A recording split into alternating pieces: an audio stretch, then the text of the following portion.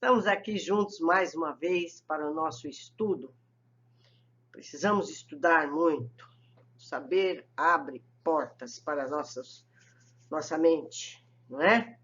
Vamos então, seguindo, nos domínios da mediunidade.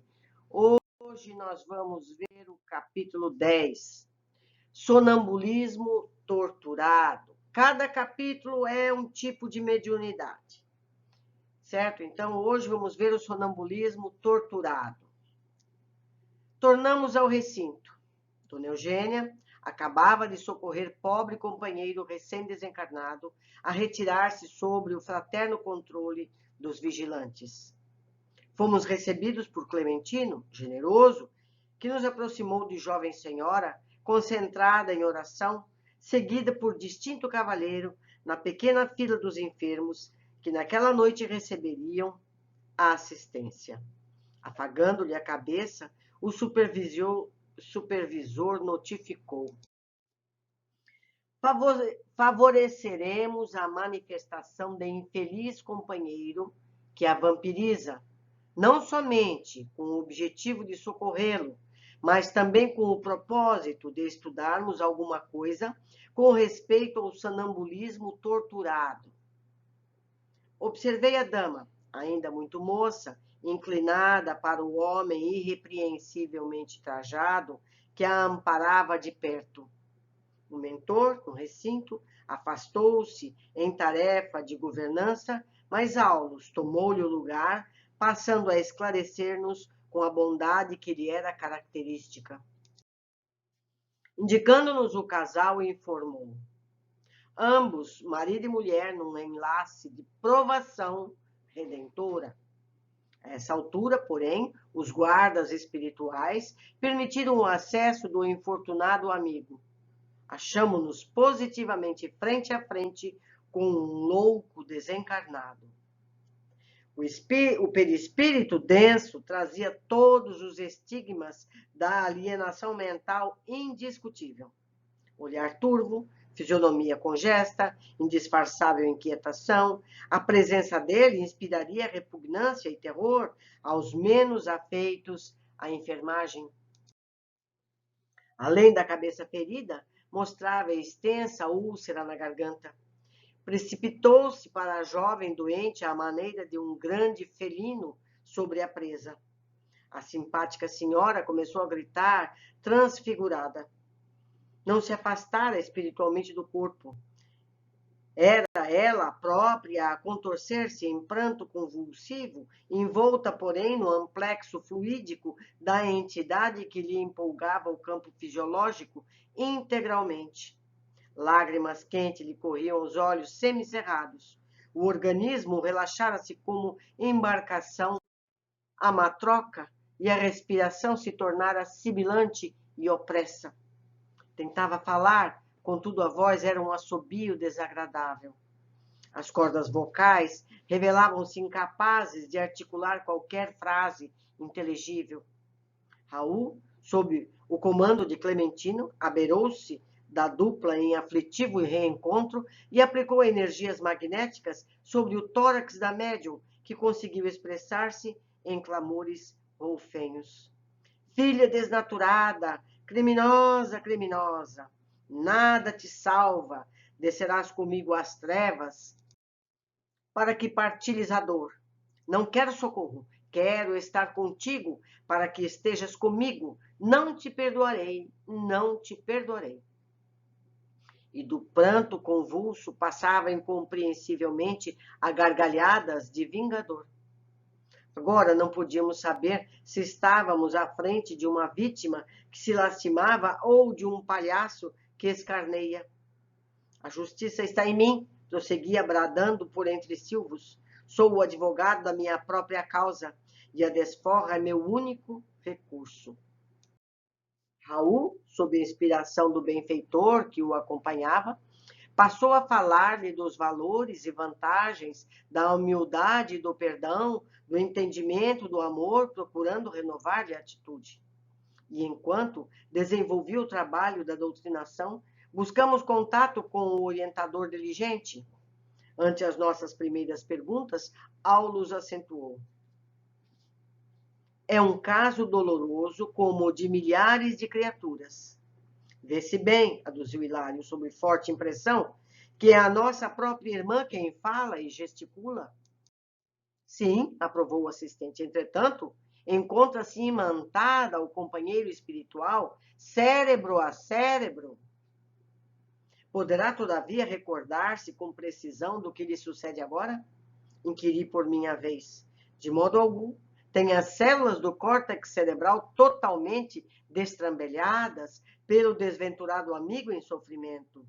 Nos transes em que se efetua a junção mais direta entre ela e o perseguidor dementado, cai em profunda hipnose, qual acontece à pessoa magnetizada nas demonstrações comuns de hipnotismo. Antigamente faziam isso em plateias, é isso que ele está se referindo. E passa de imediato a retratar-lhe os desequilíbrios e designando a garganta da médium repentinamente. Avermelhada e entumecida, continuou. Nesta hora tem a glote dominada por perturbação momentânea. Não consegue exprimir-se senão em voz rouquenha, quebrando as palavras, isso porque o nosso irmão torturado, ao qual se liga pelos laços mais íntimos, lhe transmite as próprias sensações, compelindo-a a copiar-lhe o modo de ser. Tão entranhada se revela a associação de ambos, alegou Hilário, que sou levado a indagar de mim mesmo, se na vida comum não serão eles, a bem dizer, duas almas num só corpo, assim como duas plantas distintas, uma da outra, a se desenvolveram num vaso único. Na experiência diária, vulgar, não será nossa irmã constantemente influenciada de maneira positiva, embora indireta, pelo companheiro que a obsedia? Você examina o assunto com acertado critério. Nossa amiga, na equipe doméstica, é um enigma para os familiares. Moça de notável procedência, possui belas aquisições culturais, entretanto, sempre se comporta de modo chocante, evidenciando desequilíbrios ocultos. A princípio, comparenciam a insatisfação, a melancolia, ocasionando crises de nervos e distúrbios circulatórios. Doente desde a puberdade, em vão opinaram clínicos de renome sobre o caso, até que um cirurgião, crendo-a prejudicada por desarmonias da tiroide, submeteu a delicada intervenção, da qual saiu por seus padecimentos inalterados. Logo após, reconheceu o cavalheiro, sob nossa observação, que a desposou convencido de que o matrimônio lhe constituiria renovação salutar, e ao invés disso, porém, a situação se lhe agravou, a gravidez cedo se verificou, consoante a planificação de serviço traçada na vida superior. Nossa irmã doente deveria receber o perseguidor nos braços maternos, afagando-lhe a transformação, auxiliando-lhe a aquisição de novo destino. Mas, sentindo-lhe a aproximação, recolheu-se a insupitável temor, adiando o trabalho que lhe compete. Impermeável às sugestões da própria alma, provocou o aborto com rebeldia e violência. Essa frustração foi a brecha que favoreceu mais ampla influência do adversário invisível no círculo conjugal.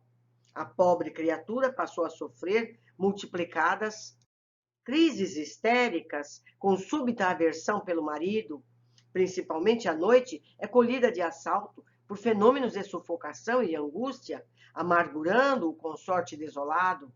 Médicos foram trazidos, no entanto, os hipnóticos foram empregados em vão.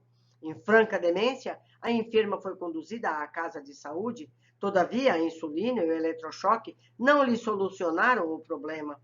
Presentemente, atravessa um período de repouso em família, deliberando o esposo experimentar o concurso do espiritismo.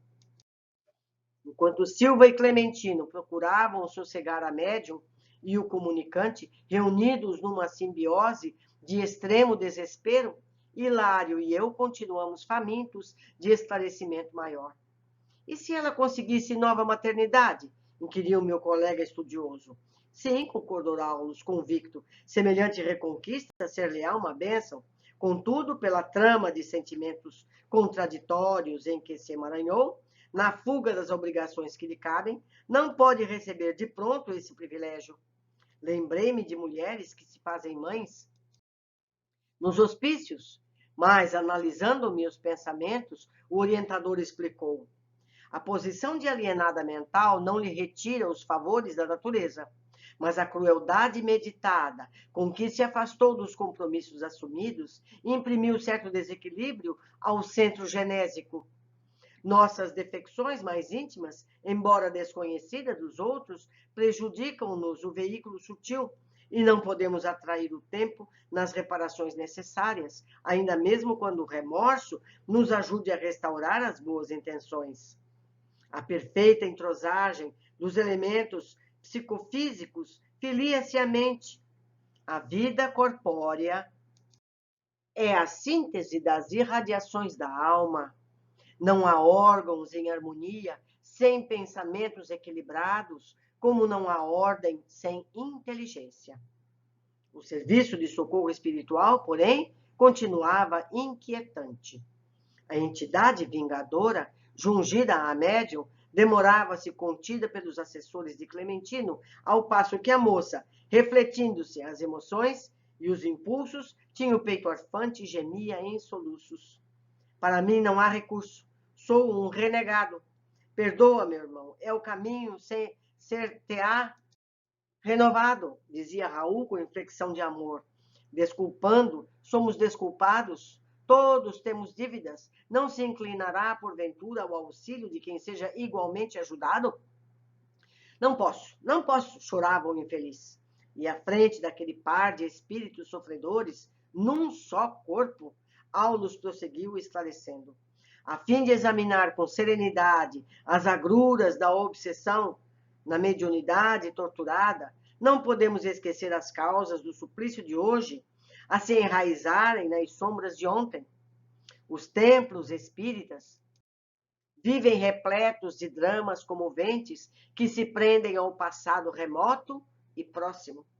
Apontando o casal com a destra, continuou: o esposo de agora foi no pretérito um companheiro nocivo para nossa irmã obsidiada, induzindo-a a envenenar o pai adotivo, hoje metaforzeado no verdugo que a persegue. Herdeira de considerável fortuna, com testamento garantido, em sua condição de filha adotiva e única, viu que o velho tutor pretendia alterar decisões. Isso aconteceu em aristocrática mansão do século que passou. O viúvo abastado, que a criara com desvelado carinho, não concordou com a escolha feita. O moço não lhe agradava, parecia mais interessado em pilhar-lhe as finanças que em fazer a felicidade da jovem, desprevenida e insensata.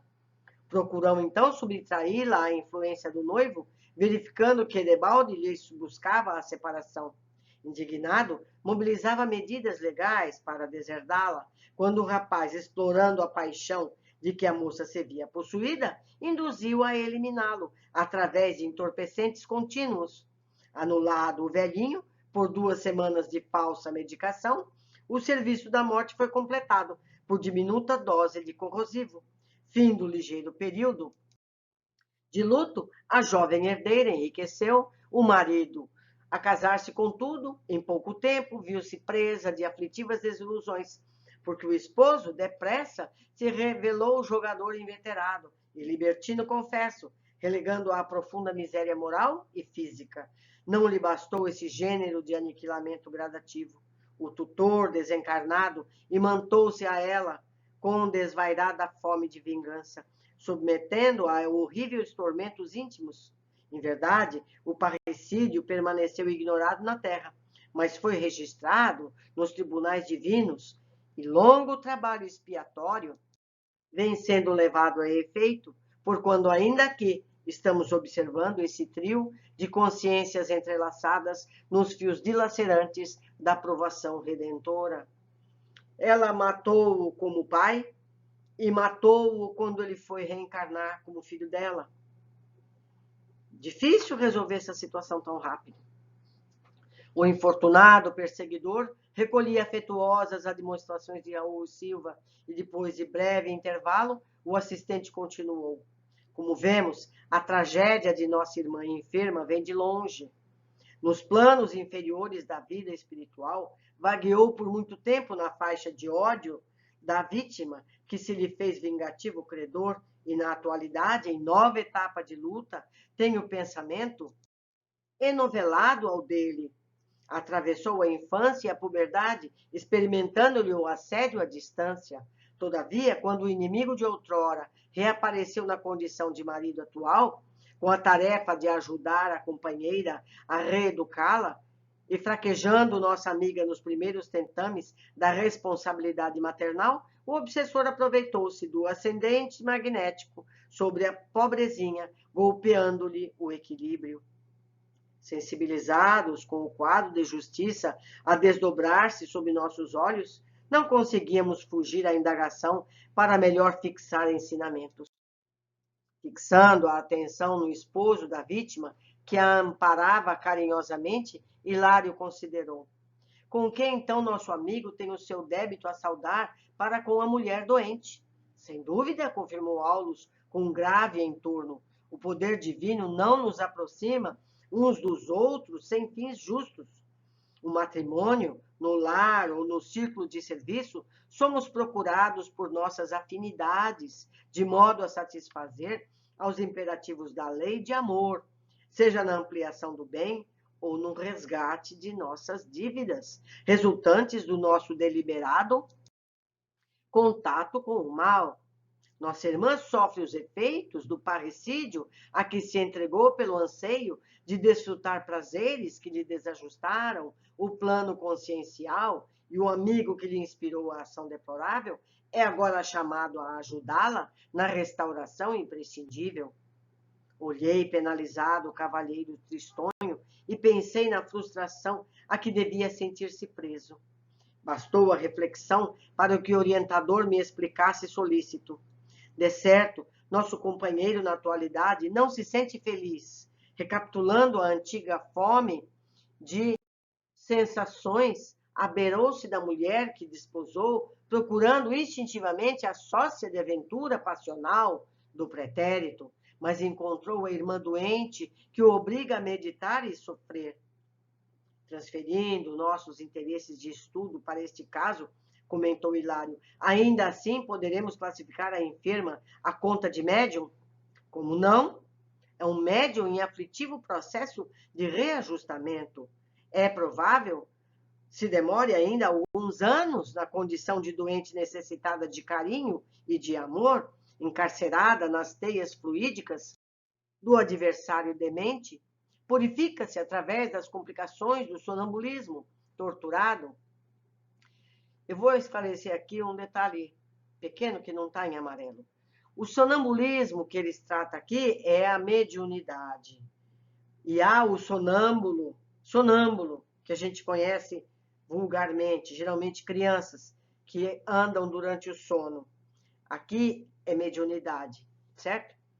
Seguindo, desse modo, por enquanto, é um instrumento para a criação de paciência e boa vontade no grupo de trabalhadores que visitamos, mas sem qualquer perspectiva de produção imediata no campo do auxílio, de vez que se revela extremamente necessitada de concurso fraternal. Naturalmente, porém, aleguei mesmo agora, a presença dela aqui não será inútil. De modo algum, acrescentou o instrutor. Primeiramente, ela e o esposo constituem valioso núcleo de trabalho em que os nossos companheiros de serviço podem adestrar suas qualidades de semeadores da luz. Além disso, o impacto da doutrinação não é perdido. Noite a noite, de reunião a reunião, na intimidade da prece e dos apontamentos edificantes, o trio de almas renovar-se-á pouco a pouco. O perseguidor compreenderá a necessidade de perdão para melhorar-se. A enferma fortalecerá em espírito para recuperar-se como é preciso, e o esposo adquirirá paciência e calma a fim de ser realmente feliz.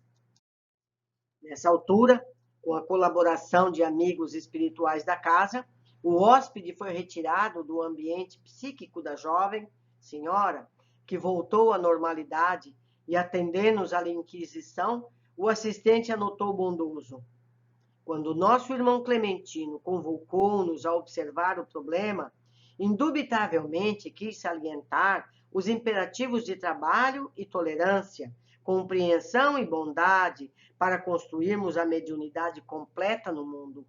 Médiuns repontam em toda parte, entretanto, raros já se desvencilharam do passado sombrio para servir no presente a causa comum da humanidade, sem os enigmas do caminho que lhes é particular. E como ninguém avança para adiante sem a serenidade possível, vem pagar os tributos que deve à retaguarda. Saibamos tolerar e ajudar, edificando com o bem. A conversação, contudo, foi interrompida. Clementino, diligente, chamava-nos a cooperar em outros setores. Muito aprendizado, muito entendimento. Esse livro deve ser tratado como uma verdadeira cartilha.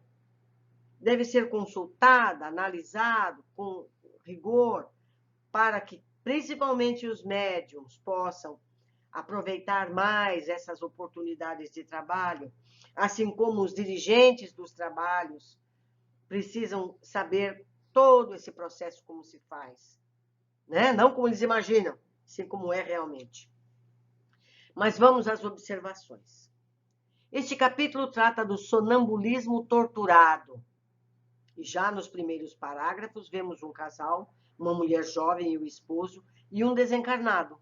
Destaco mais uma vez o trabalho dos guardas nas casas espíritas bem orientadas. São ambos marido e mulher num enlace de provação redentora. A essa altura, porém, os guardas espirituais permitiram o acesso do infortunado amigo. Achamo-nos positivamente frente a frente com um louco desencarnado. Então, detalhando, o casal estava dentro do centro espírita e o obsessor lá fora só entrou quando permitido. Ele não teria permissão para entrar caso não fosse dado, não fosse o caso do tratamento, certo? Vemos mais uma vez as consequências do aborto. São distúrbios físicos, mentais e espirituais. Agrava o processo obsessivo. Ela não teria como engravidar novamente para minorar seu estado psíquico pelos danos consequências do aborto anterior. Danos esses no perispírito, possivelmente também no corpo físico. A vida corpórea é a síntese das irradiações da alma. Não há órgãos em harmonia sem pensamentos equilibrados, como não há ordem sem inteligência. Seguindo, tudo o que fazemos passa a ser parte de nossa estrada evolutiva, seja o bem ou o mal. Abeirou-se da mulher que desposou, procurando instintivamente a sócia de aventura passional do pretérito, mas encontrou a irmã doente que o obriga a meditar e a sofrer. Ele foi a causa, no passado, de ela ter matado o pai. Se não fosse a paixão que ela tinha por ele, ela não teria feito isso, não é verdade? Então, primeiro responsável é ele, o marido. Precisa agora ajudá-la a recuperar-se das consequências. Todas as pessoas com quem nos relacionamos está de uma forma ou de outra relacionada à nossa história milenar.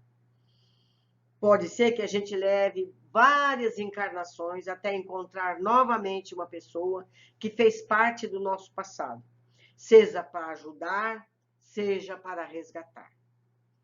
Então, todos temos que nos ver como irmãos, mesmo aqueles relacionamentos difíceis, aquela pessoa que a gente não tolera, aquela pessoa que quando a gente vê na rua a gente desvia para não encontrar. Tudo tem razão de ser. Nós precisamos superar tudo isso.